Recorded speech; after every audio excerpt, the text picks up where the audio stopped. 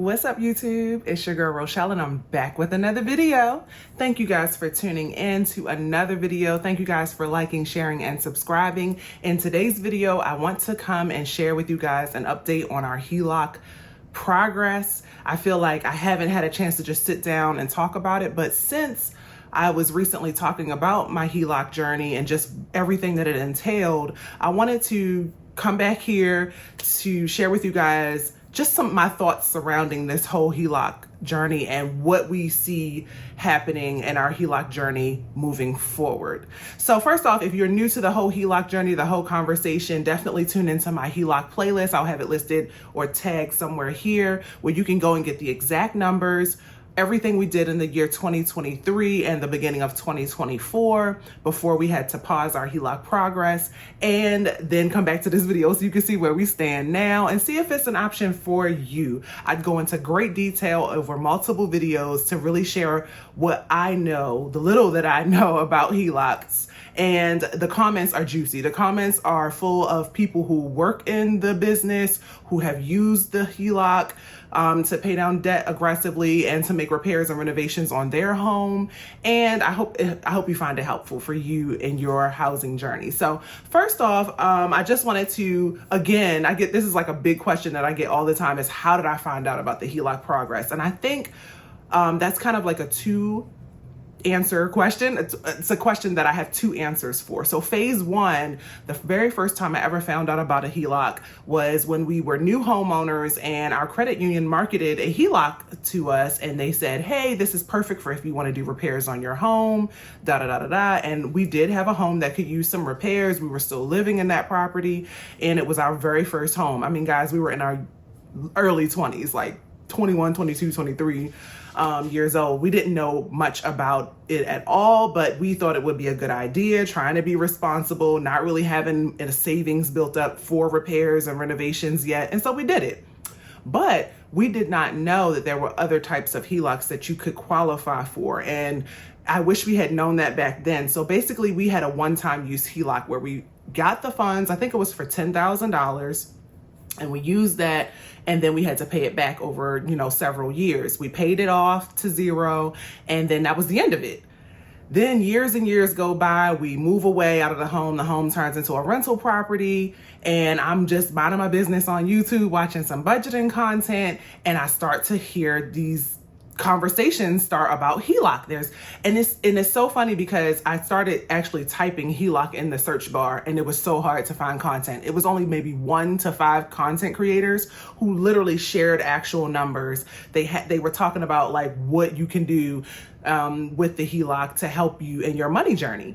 And so, I always tag his videos in my comments of my Heloc videos. If you don't see it here, then definitely look at my first 2 videos. I know I tagged him. And despite what you may feel, the way you might feel about him and his content, he's a little different, a little quirky, whatever. It's the facts for me and the content. So anyway, that really started my deep dive into what the Heloc was all about and could it work for us. So the amount of debt transferred over was initially about $50,000 or so, but we literally have put so much more debt on there because every time we pay it down, we add another credit card. Then the number will rise again. And I think that's a question that I get also a lot, is how come the number is always changing? Sometimes it looks like you've got it down to like 70 something thousand, but then your balance again will be 90 something thousand. Like right now, our balance is sitting at about $96,000. And that's because even when we paused our Heloc pay down progress, we still kept adding debt on there because the interest rate was so much better than these credit cards, y'all. And so this will continue until I have no more credit cards left.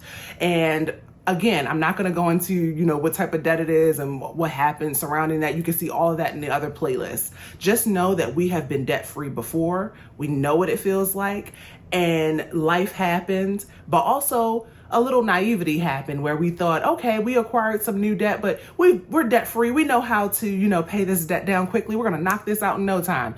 And we didn't. And so the reality is this is where we are right now, climbing our way back out. Okay.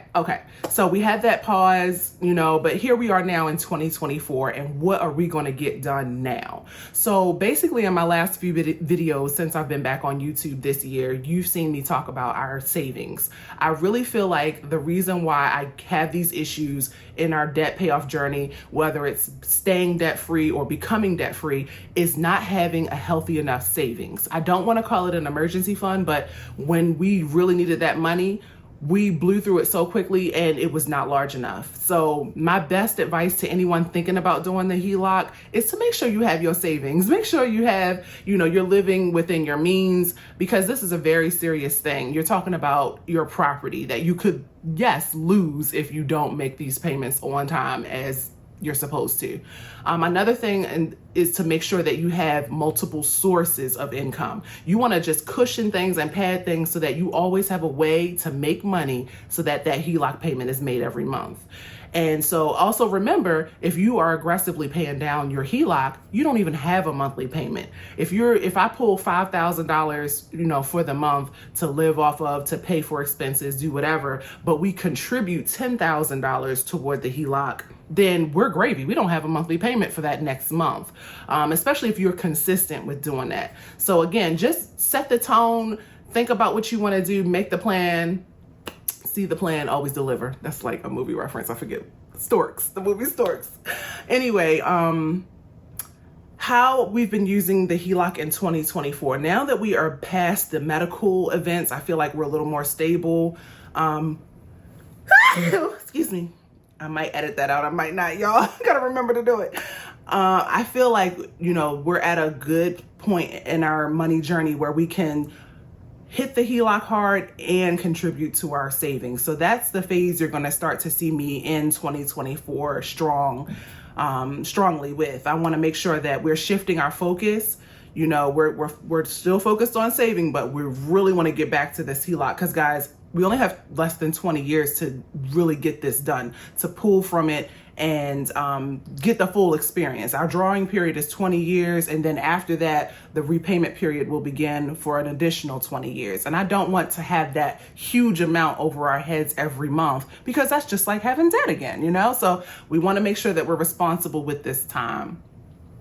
So, the other thing I wanted to talk about, which I don't know, I have to watch some more videos, but I'm just going to share my money journey. But I think a big part of what I hear and what I see going on with money is emotional. And I really feel like that past debt freedom that we have experienced, for I think like 1.5 years, we were completely debt free. That was an incredible feeling. And when we acquired this new debt, it was a different type of debt. It wasn't, all frivolous spending. It was, medical. It was car. Breaking down. It was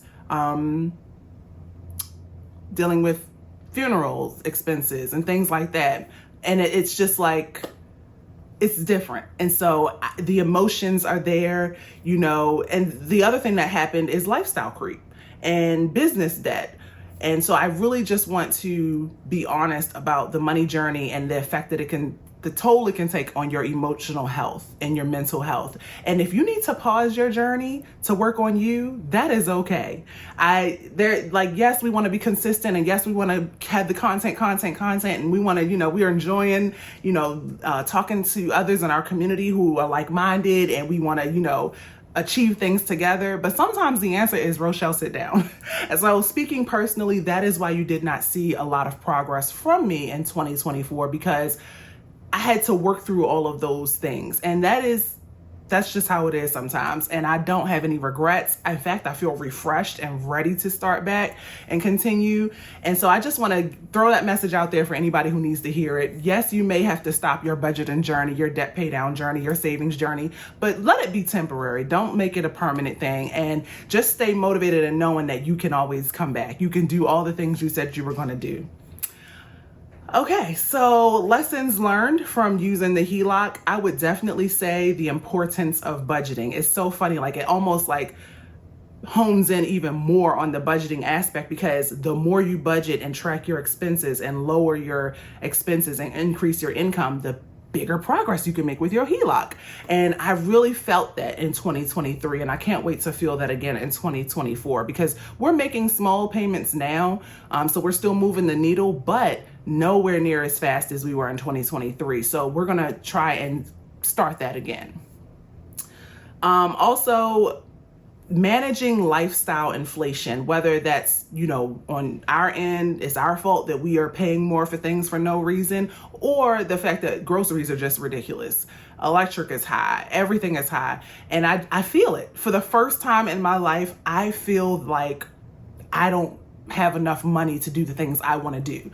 And that's a conversation. This is why I'm trying to speak to those who have done the work of either you're somewhere in the beginning of your money journey where you're just, starting to work, or maybe you're not at the career path you want to be. You're not making the money you want to make yet. And I'm also speaking to people who have come into new income sources and they're making the money, but are you being responsible with it? Because you want to be able to navigate these times that we're living in right now and cushion yourself so that you don't feel these inflation, these prices, as much as others may feel it. And that is why I'm having these conversations.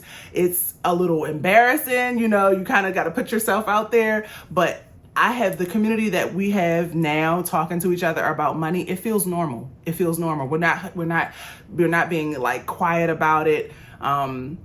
It's important to just know that some of this stuff is out of your control. You could be doing all the right things and inflation could just be kicking your butt right now. Interest could just be kicking your butt right now. So just keep that in mind when you're, watching content from people like me and others. There's a lot in play here. There's a lot of, reasons why we're able to do the things we're able to do, and that's because our circumstances allowed it at that point in time. So I have to, for me, myself personally, I don't compare myself to anyone but my previous self. So in 2023, we were killing it. Okay, and inflation was going on back then too. Let's be clear. We had COVID, we had all types of stuff going down, but it didn't matter because we kept our income flowing. We were strategic. We made sure that we grew our income and we lowered our expenses and we paid down debt. And I saw the fruits of that labor. Now in 2024, inflation hits again and I'm feeling it. I'm not seeing that needle move as much. It's taken longer to save and rebuild our savings than it did in years past. So just know that you just have to weather these storms and you have to navigate, and don't react.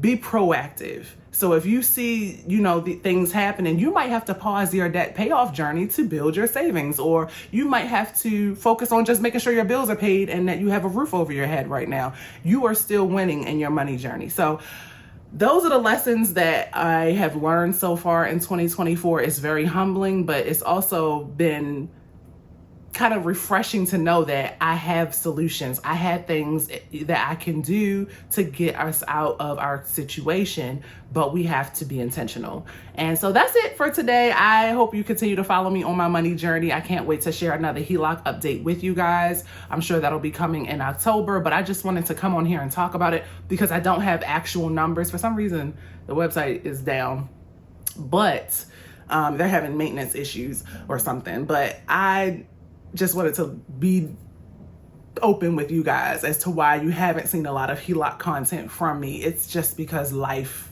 is lifing, and that's okay. But let me know in the comments below, did any of this, relate to you and your search situation? What are you doing to win with your money right now? Share in the comments any tips that you might have for others who are struggling to make ends meet, or maybe they, don't know where to start. Let's continue to build each other up in this budgeting community, and I would love to see all of us winning and push through these times that are a little unsettling. That's it for today. I'll see y'all in the next video. Until then, you know what it is. Peace, love, and budgets.